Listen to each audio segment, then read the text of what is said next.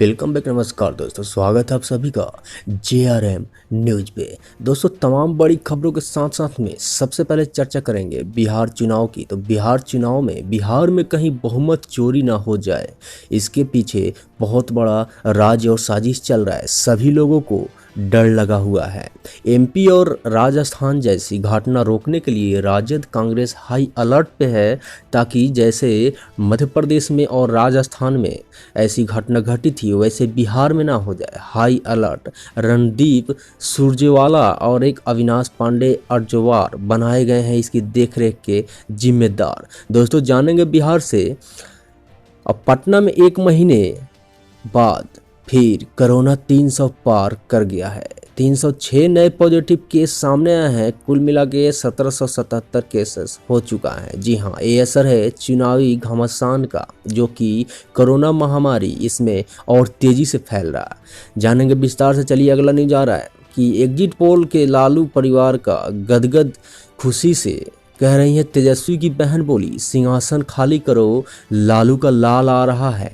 और वोटिंग खत्म होने के बाद ही लोग दिखे तो चर्चा में नई सरकार की बात आ गई। NDA का दावा है कि हर हाल में सरकार हमारी ही बनेगी। 55 सेंटरों के 414 हॉल में कल होगी मतगणना। पटना में बोरिंग रोड में गाड़ियों के परिचालन पर रहेगी रोक। और लोजपा की राजग में अलग राह, तेजस्वी पर निजी हमले, नाप संत की। दलों की राय में 3 बातें जो चुनाव में नहीं होनी चाहिए वो भी हो रही है।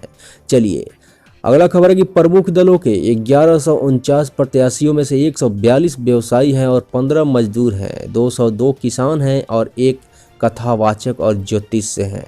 38 जिलों में किस विधानसभा सीट का सबसे पहले और किसका सबसे बाद में आएगा, अभी जानते हैं विस्तार से। दोस्तों, तेजस्वी को CM मानने लगे कार्यकर्ता। तेजस्वी सरकार जो है बनने को तय हो रही है।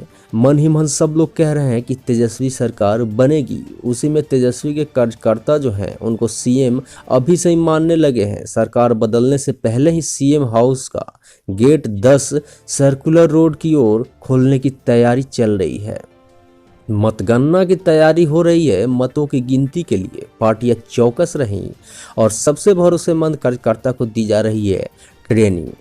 राजनीतिक संकट से निपटने के लिए कांग्रेस अलर्ट है और सुरजेवाला और अविनाश पांडे की सौंपी गई है कमान। चलिए दोस्तों, जानते हैं विस्तार से कि क्या चल रहा है बिहार की खबर। तो दोस्तों, बिहार में कहीं बहुमत चोरी न हो जाए, ऐसी घटना को रोकने के लिए सुरजेवाला पहुंचे। कर्नाटक, राजस्थान और झारखंड के सभी नेता आज पहुंचेंगे।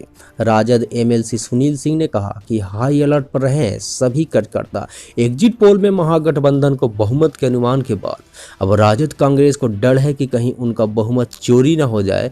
इससे बचने के लिए कांग्रेस कार्यकारी अध्यक्ष सोनिया गांधी ने कांग्रेस के इलेक्शन मैनेजमेंट प्रभारी रणदीप सुरजेवाला, बिहार प्रभारी सचिव वीरेंद्र राठौड़ को बिहार भेज दिया गया है।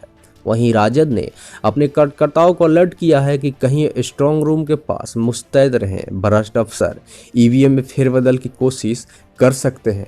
दरअसल कांग्रेस को डर है कि मध्य प्रदेश और राजस्थान में विधायकों के टूटने जैसी घटना बिहार में भी ना हो जाए। इसी को रोकने के लिए सुरजेवाला और राठौड़ के बाद अब छानबीन कमेटी के अध्यक्ष अविनाश पांडे, कर्नाटक के सांसद नासिर हुसैन, झारखंड के स्वास्थ्य मंत्री बन्ना गुप्ता और राजस्थान के गृह मंत्री राजेंद्र यादव और राजस्थान के स्वास्थ्य मंत्री रघु शर्मा को सोमवार को पटना पहुंचने और कांग्रेस हाईकमान के रणदीप सुरजेवाला और अविनाश पांडे को ऑब्जर्वर बनाया गया है। साथ ही छानबीन कमेटी के अध्यक्ष अविनाश पांडे को भी MLC मैनेजमेंट संभालने की जिम्मेदारी भी दी गई है। पार्टी के विश्व सूत्र का कहना है कि कांग्रेस मध्य प्रदेश और राजस्थान के अपने पुराने अनुभव देखते हुए बिहार चुनाव के बाद फिलहाल कोई रिस्क नहीं लेना चाहती है। पार्टी हाईकमान चुनाव नतीजों से पहले ही हाई अलर्ट मोड पर आ गई है। अब दोस्तों, बात कर लेते हैं कोरोना वायरस की। तो 8 अक्टूबर को मिले थे 303 केस। अब तक 37,677 मरीज जो हैं बिहार में हो चुके हैं। पटना के विभिन्न इलाकों में रविवार को 306 कोरोना के नए मरीज मिले हैं।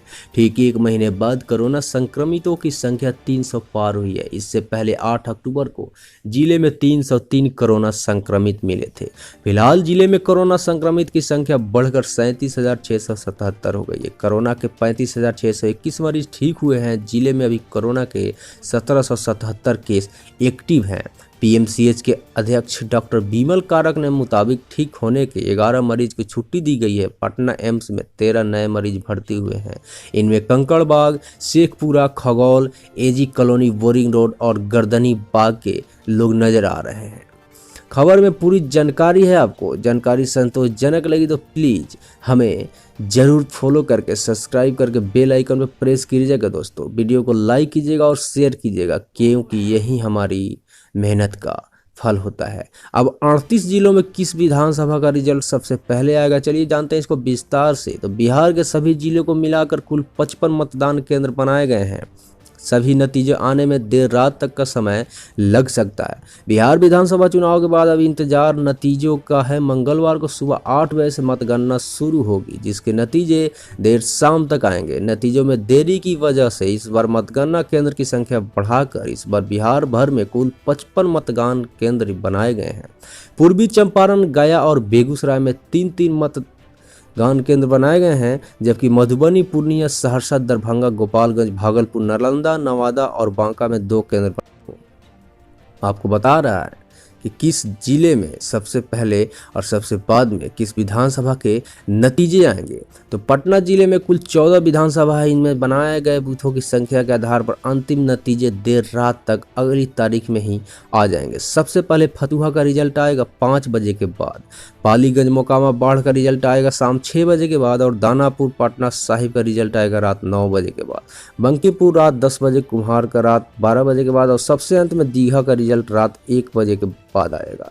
गया जिलों की बात करें दोस्तों तो 10 विधानसभा है। यहाँ पहला नतीजा शाम 6 बजे के बाद आएगा। भागलपुर में 5 बजे के बाद आएगा और मुजफ्फरपुर जिले के कुल 11 विधानसभा क्षेत्र में यहाँ पहला नतीजा 5 बजे के बाद आएगा। दोस्तों ऐसे न्यूज़ जानने के लिए हमारे JRM न्यूज़ चैनल से जुड़े रहिए, ताकि आपको चुनाव की हर बुलेटिन अपडेट कराते रहेंगे मिनटों मिनटों।